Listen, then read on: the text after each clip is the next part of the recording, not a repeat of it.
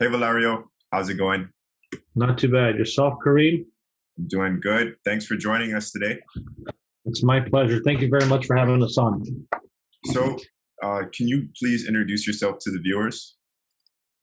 So, my name is Valerio Rocca. I'm the Academy owner and director of SSE 90. It's a Canadian soccer club licensed academy, and we're also a member of Peel Halton Soccer Association and Ontario Soccer.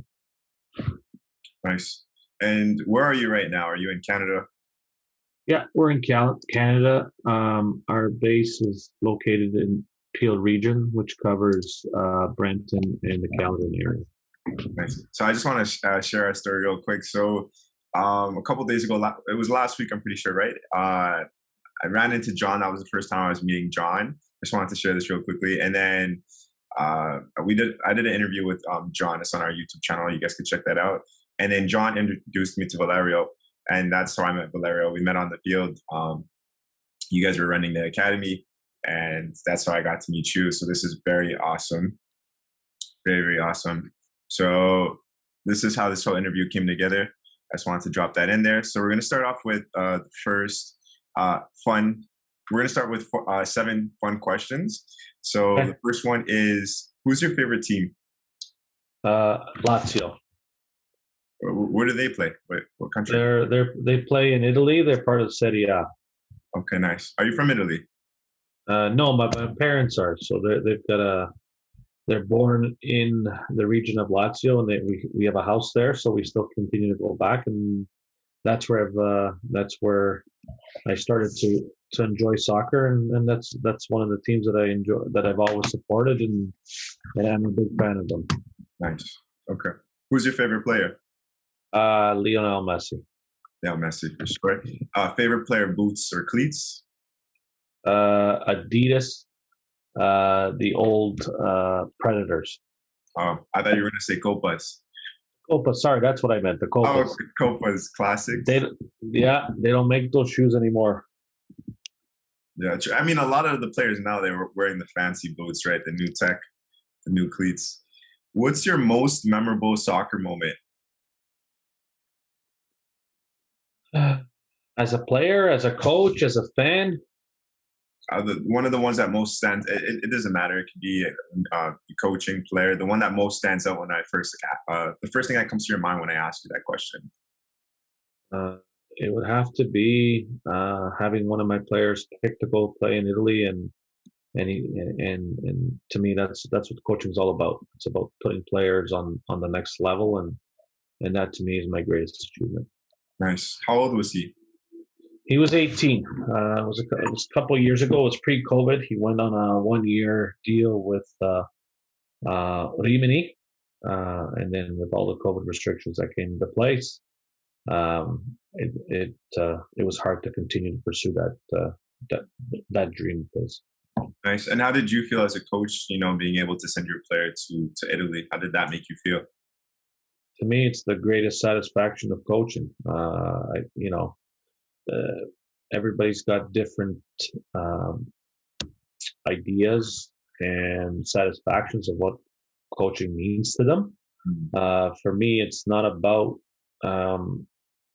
the trophies and the winning and losing, because if you look at the big picture, nobody remembers those games.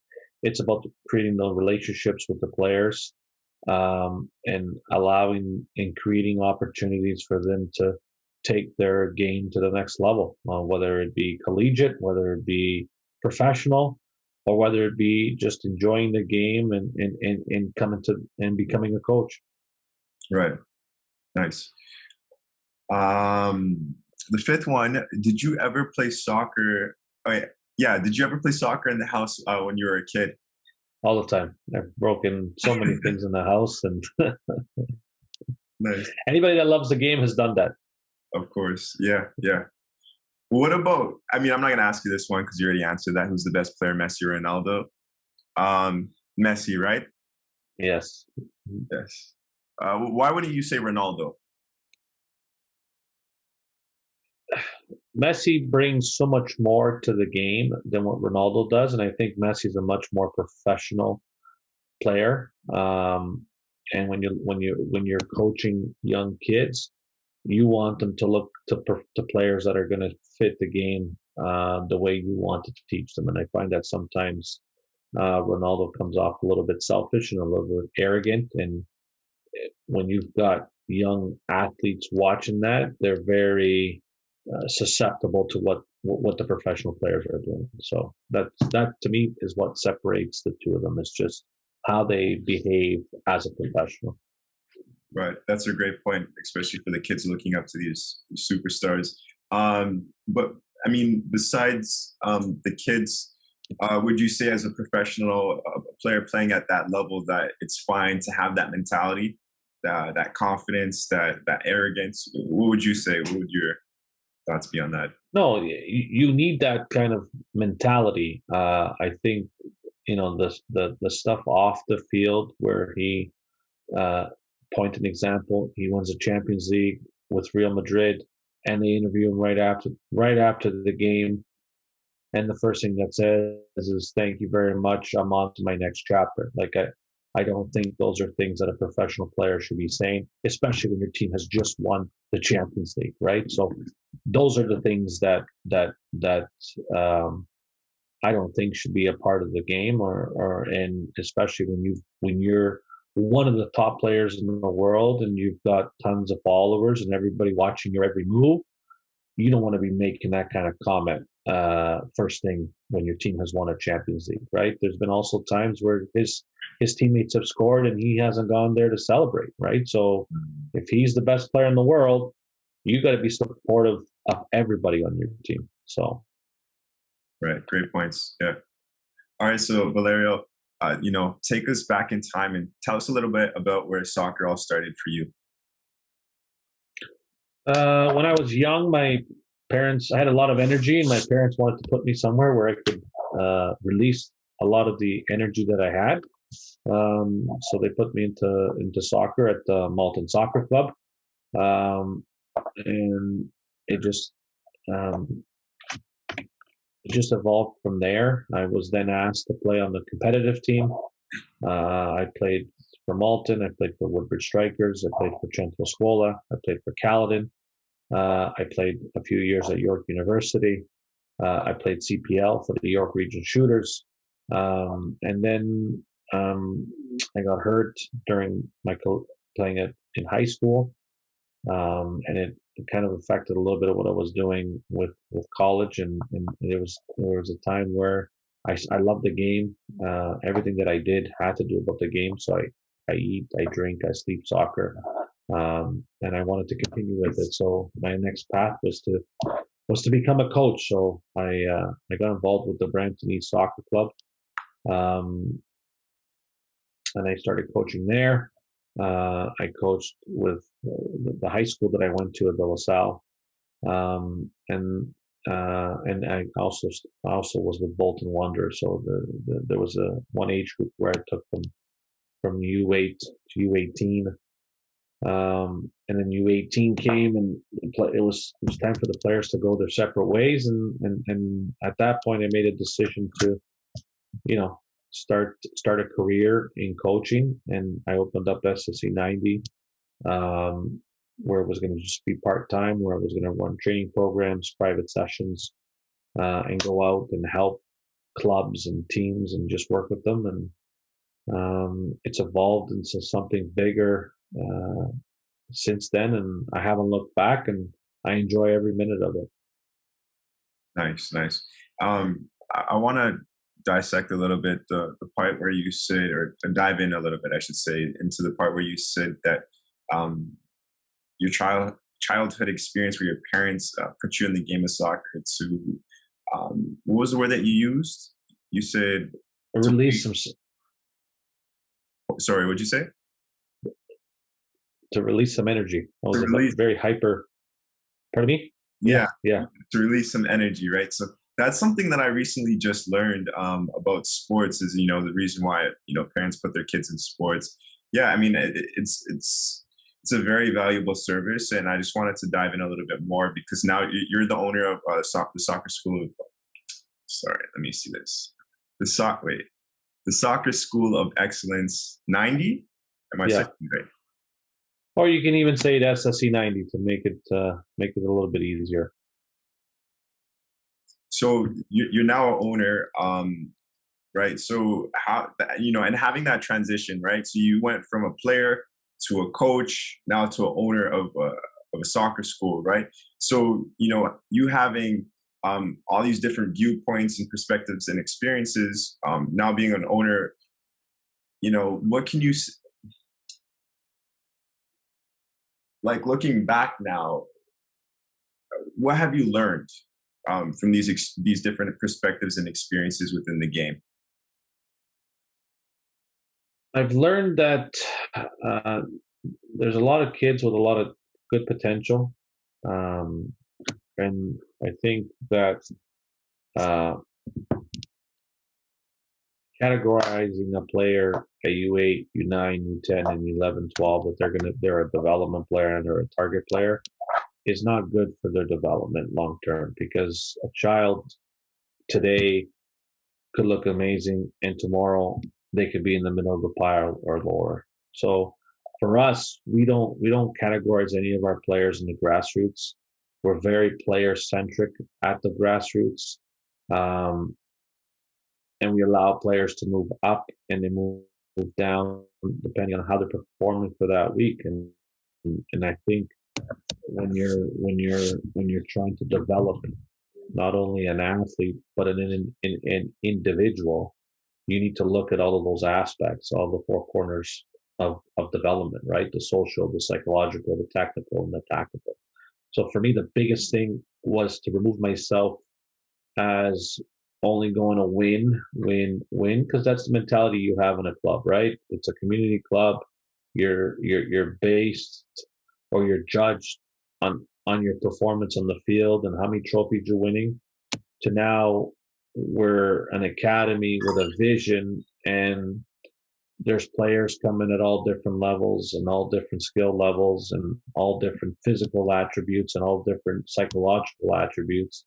And how can we get the best out of every child that comes into us? So for us, it was creating a player centered program, and challenging them and allowing them to develop in a positive environment that's going to be successful to that individual.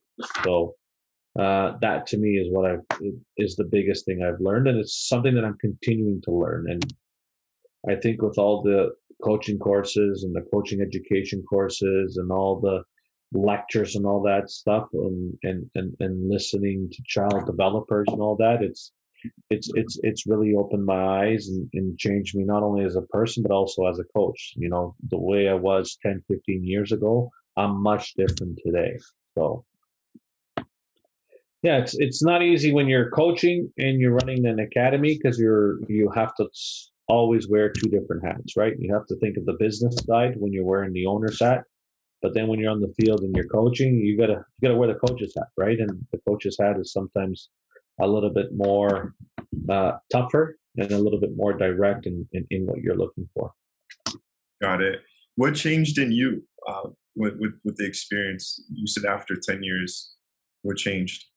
A lot more patient, um, a lot more calmer. The way I deal with players, the way I deal with situations, the way I interact with the players and with the coaches. I was very direct. I was very tough. I was very aggressive in my early ages, and I've learned that if you want to be successful, not only as an academy but also as a coach, you have to build. You have to first understand the characteristics of your player, because some players you can be tough on them, you can be hard on them, and some players need a little bit of that more emotional side to it to get the best out of them. That's to me, that's what I've learned the most. Yeah. And what's the success that you've seen from not competing? Well, actually, do you guys compete? You guys compete in a league, or do you guys just train? No, we compete. So our academy rep teams compete. 12 months of the year. So they train 3 days a week, and then they have a competition. Okay, got it. Um, but the foundation, the focus of the club that you were mentioning earlier, what have you seen? Like, what's the success from changing that perspective of how you guys pursue things within the game? How you guys go about things? What have you seen? What's working that you're doing? So we've taken the lifespan of a player into three components. We put it in grassroots, which is 8 to 12. We go pre-competitive, which is 13 to 14, and then we go to competitive, which is 15 and older. So for that, 8 to 12, it's inclusive, it's open to everybody. We're getting them lots of touches on the ball. We're having them have lots of fun because they have to have fun if they're going to continue to come back every day and continue to learn. And when we go to games, it's equal playing time because you have to give them that opportunity to learn how to solve problems, how to deal with teammates, how to make decisions, how to gain confidence. Um, and then at that level, to me, it's important that they play as much as they can, and you just leave them, and not a lot of pressure, and focus on winning or losing. When we get to pre-competitive, unfortunately, because of the system that we're in, once we get to 13, there's a league, there's standings. So this is where we start to introduce the mindset of competing to win, competing to show results. And we also want to start preparing the athletes for our competitive stage, which is 15 and older. And at that age, we're really going for titles. We're going for Ontario Cups. We're going to showcase them because we want to now take them to the next step, right? So this is where we create our European opportunities. We create our showcase opportunities, and for those that want it, and for those that just want to continue and play the game recreationally and socially after the competitive stage, we support that as well. I think it goes back to understanding what your player wants and what your player can do. Because sometimes what you want them to do or what the parents want them to do is completely different than what the player wants to do, and vice versa. Sometimes the player wants to do something that the parent and the coach say, there may not be that avenue based on whatever things are holding you back. So that's the way we look at a player when they're coming into the system. Got it. And for parents and players that are interested to come to your academy, how can they get access to your academy? So we have social media. We're on Instagram. We're on Facebook. We're on Twitter. We have a website, www.ssc90.com. I have an email, okay, Valerio at ssc90.com. Phone number, 416-728-1502. We run a variety of different kinds of programs. We run private and small group training sessions. We run a goalkeeper program, so we have a certified goalkeeper coach on staff. We have a certified fitness coach on staff. We do soccer-specific training programs. Our competitive teams are 12 months of the year, 4 days of the week on the field. We have recreational soccer school programs where players are coming just to, they don't want rep and they don't want house league. They want something where the kid is learning, where the child is learning some skills and then playing. And our programs are inclusive to everybody, and everybody is more than welcome to come and check us out. And we always give everybody a few free open sessions that they can come and see what we're about. We don't have any parent or volunteer coaches on staff, so all our coaches are highly qualified and professionals. I'm the vice president of the NSCAC, which is the National Soccer Coaches Association of Canada. So I'm also helping out with coach development, and I want to see the game grow in this country. So I'm trying to find different avenues and ways in which I can support that process. Nice. So, and you're located in Brampton. The academy is located in Brampton, right?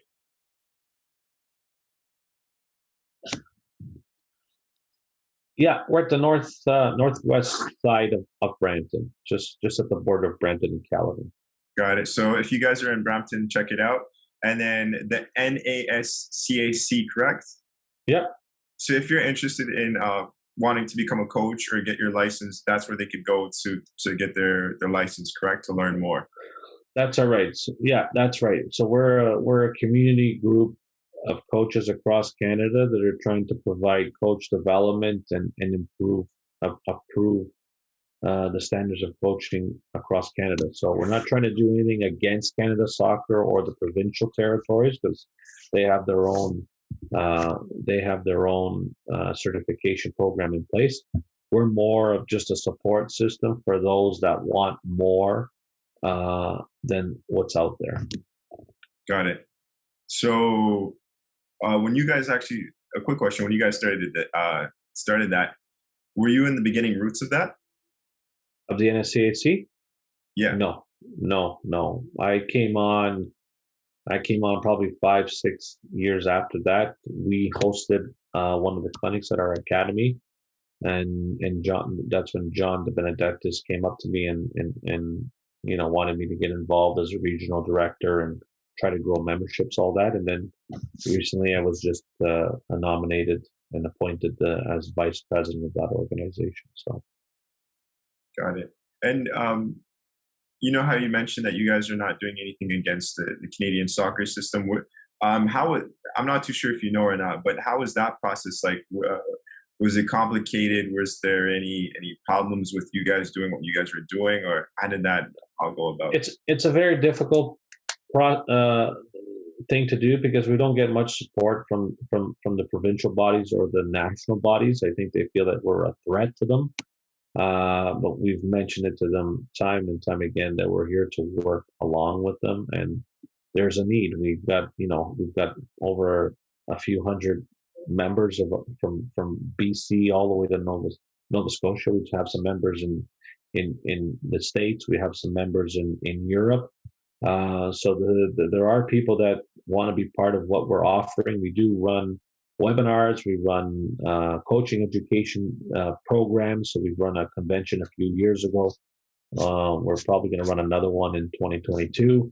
And we've done some online coaching education stuff. So we don't offer any certifications. We don't offer any of that stuff because that's, like I said, Ontario Soccer and the provincial bodies and the national body has their own coaching certification in place.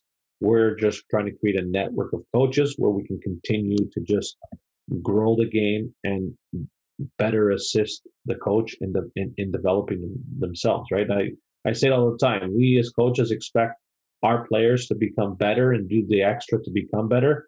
Well, I think there's players out there that want their coaches to become better as well. Sure. And so that's the kind of organization we're trying to create. Awesome. Okay. Yeah, I mean, I've watched some of the content. So obviously the one with Coach Bassam because I was at A&B Academy for 4 years. So there's some great content with Richard. Soccer Hub, I thought was pretty cool with the trends and what they're doing online. I was speaking to John about it the other day. I had like a quick call with him. So yeah, it's really cool stuff that you guys were doing over there as well. So now transitioning back to your academy, the Soccer School of Excellence 90. What support do you get? Do you get any support by owning an academy, right? Because you're not necessarily being a threat to any other organization per se. So what you guys get any support, or how do you go about things with your academy?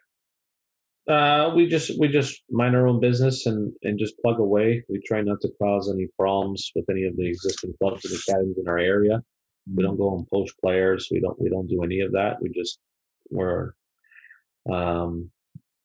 just here to coach and give the players the best opportunity that we can for them to become better. So we do work with some small clubs in the Peel region where we run all their technical programs for all their recreational kids, and in turn we have access to the rep kids. But in terms of other support out there, it's basically just us going to work, running our programs, and the parents and the players going out and telling people how great we are, and that's the best word of mouth. That's the best advertisement.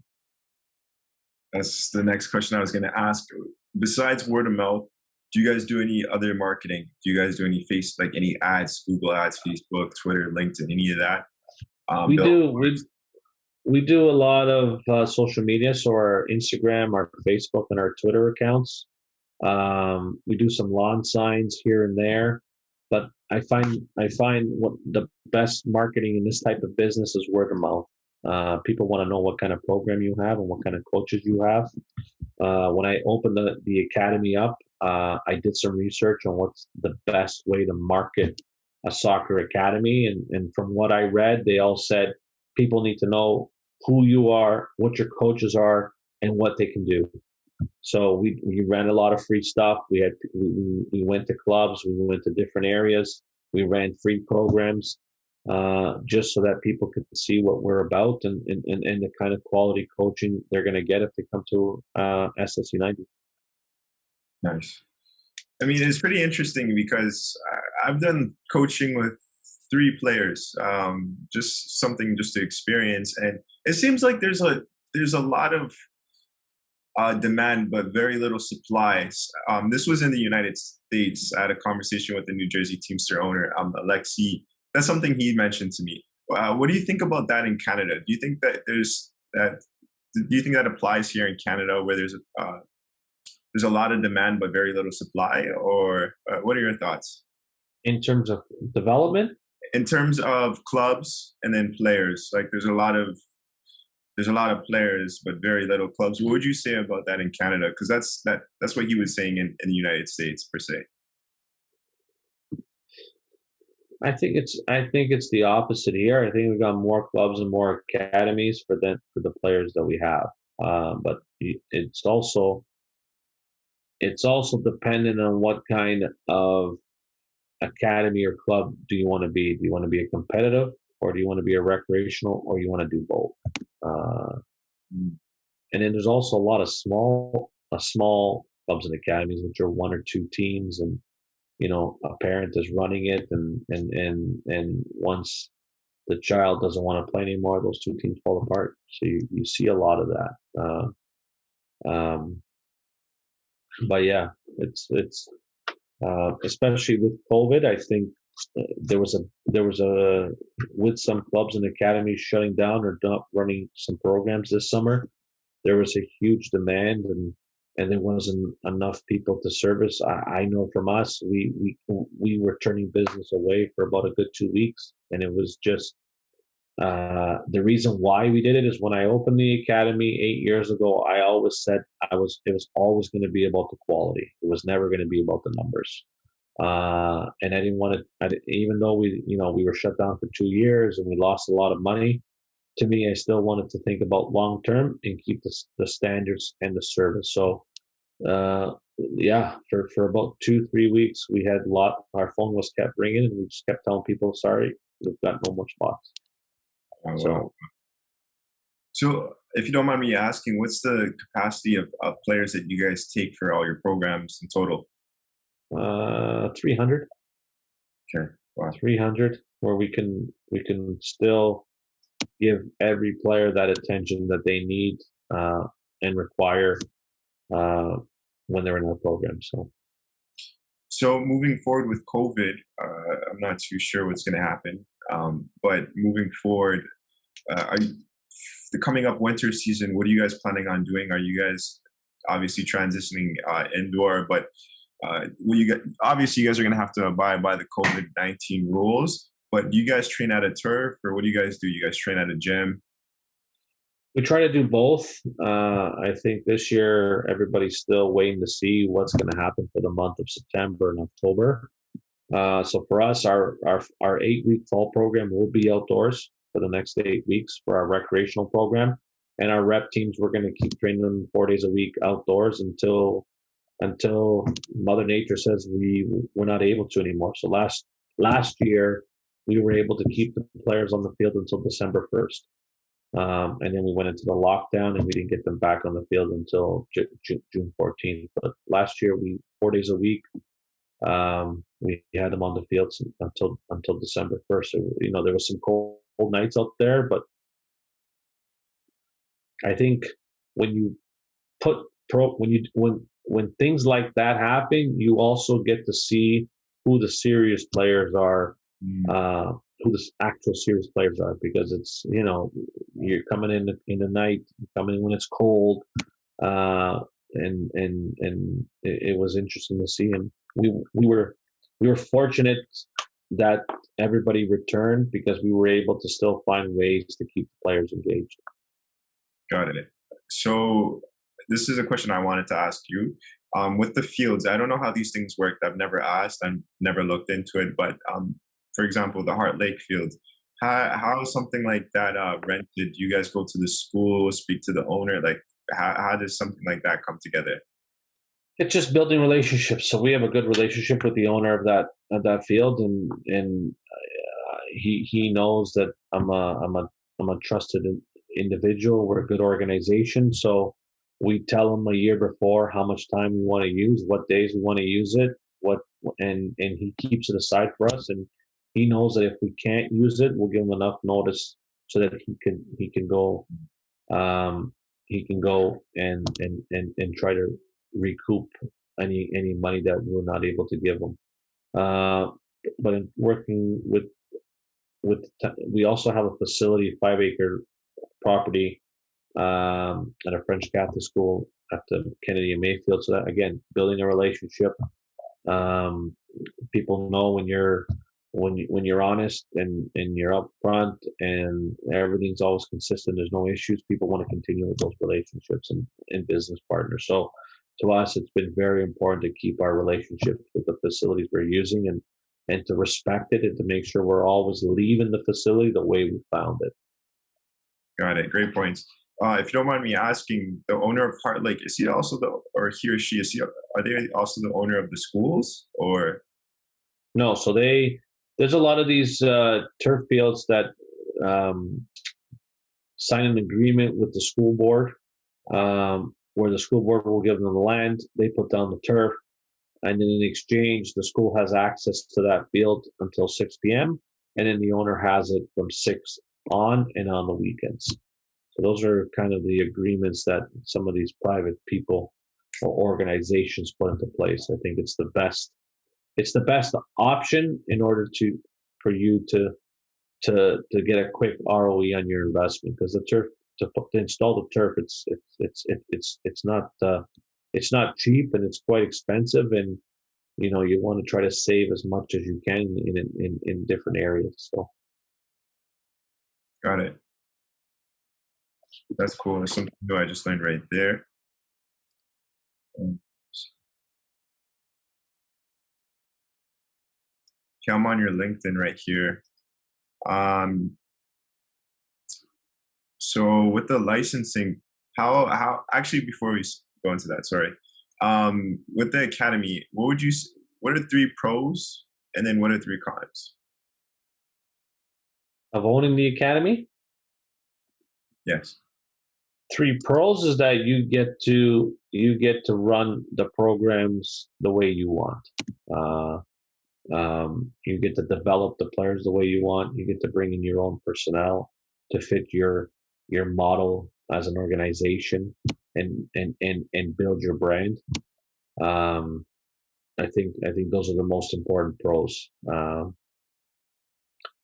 And you don't have to deal with much. You don't have to deal with a board that you do at a club level, which sometimes could hold back some of the decisions and some of the things you want to do. So I would say those are the three pros. Three cons?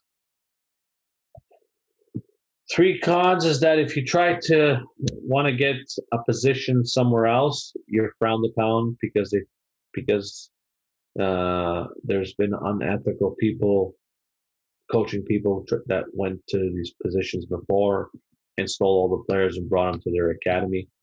Um, our fees are high because we're for profit. We don't get the same luxuries as community clubs in terms of field rental or access to some of the fields and indoor. So it sometimes put our fees a little bit high, which players are paying a little bit more money to come play for us. I would say those are the only two cons. Owning your own business, owning your own academy. If you love the game and you love coaching, I tell people every day I've got the best job in the world. Nice. That's If really good if to you hear. if you love what you do, you never work a day in your life. And to me, I'm never working. Nice. No, that's really good to hear. So you started this in 2013. I'm looking here on your LinkedIn, right? Yeah. Okay, so 8 years. Um, so going back 8 years, 2013, what sparked in your brain and was like, yeah, like now I'm ready. I'm going to start a soccer academy. This is what I want to do. New chapter. So it was with my first group that I had, the 94s, where I took them as volunteer. I wasn't sure if I wanted to take another group in a community environment again. Um, so I wanted to do something where I was just going to work with players and work with different clubs and work with different teams. So I created the soccer academy where we could where I can offer those services. So that's where it was. That's my initial thought was just groups, players come to me, I train them, and they go back to their teams. Uh, Coaches who need help running training programs for their rep teams, because the majority of them are run by parents, right? So some of them need that support system. So I wanted to create a support system for those coaches that needed help, uh, and and and and also clubs that needed support system. I wanted to go there and help them build whatever program they were looking to build, either recreational or competitive. So that's where my train of thought was when I first started the business. Got it. Do you guys have a soccer player pathway into coaching? Do you guys have that? Something like that? Yes, we do. We follow Ontario Soccer's coaching pathway. Okay. We also have a coach mentorship program. So we take a lot of our older players, like our 14s and over, and we help them. We give them their volunteer hours by helping in our recreational programs. So they assist. They don't run their own session because sometimes they don't want that kind of responsibility. So Mm, we pair them up with one of our senior coaches, and they just work along with the coach at that level. I think for me, I think that's where you got to start, right? Helping somebody, and just continue to try to develop them. So that's our mentorship program. If the player then says, "Yeah, this is what I want to do. I want to do more," then we start assisting them with getting their coaching education requirements that are needed, and we start to give them a little bit more so that they can start to grow into the position and feel more comfortable with the position with dealing with the players and trying to execute not only a macro plan but also a micro plan, right? A week to week program and a full season program. So yeah, we've just started that, and we've got 3 or 4 of our older players assisting with our recreational programs, and they're all doing the feedback I'm getting from the parents of the children and the players that are with them, and even the coaches is that they're all very responsive and they're all enjoying it as much as they can. yeah, that seems like a really good program. I mean, you're getting good feedback, so it's good. It's really good. So Yeah, yeah. I'm on the website, and I'm seeing Canada Soccer. We discussed that, but Ontario Soccer. Um, are you guys? Do you guys? What's the relationship? What's the relationship with Ontario Soccer? Yes. We're a member of Ontario Soccer, so they allow us to participate in Ontario sanctioned um, games, leagues, and competitions. It also allows us to travel, and we get their insurance. So that's basically it in terms of the relationship. Got it. So with you said insurance, right? Yeah.